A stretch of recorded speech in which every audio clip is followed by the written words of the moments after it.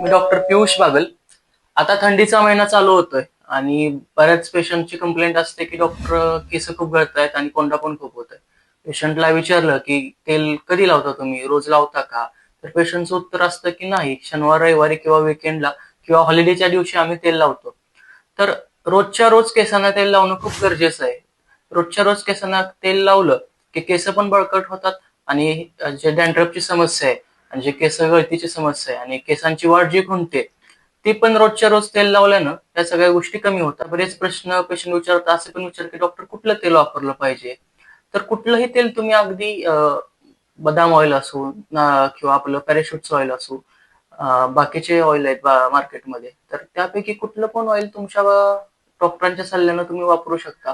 किंवा आपल्या आरोग्य ज्योतीचं स्पीड ग्रोथ हेअर ऑइल म्हणून पण आहे, की जे केसांच्या समस्येसाठी, केसांच्या वाढीसाठी आणि कोंड्यासाठी, अशा केसांच्या भरपूर समस्येसाठी खूप उपयुक्त आहे. त्याचं स्पीड ग्रोथ होईल हेअर ऑइल हे पण तुम्ही ट्राय करू शकता.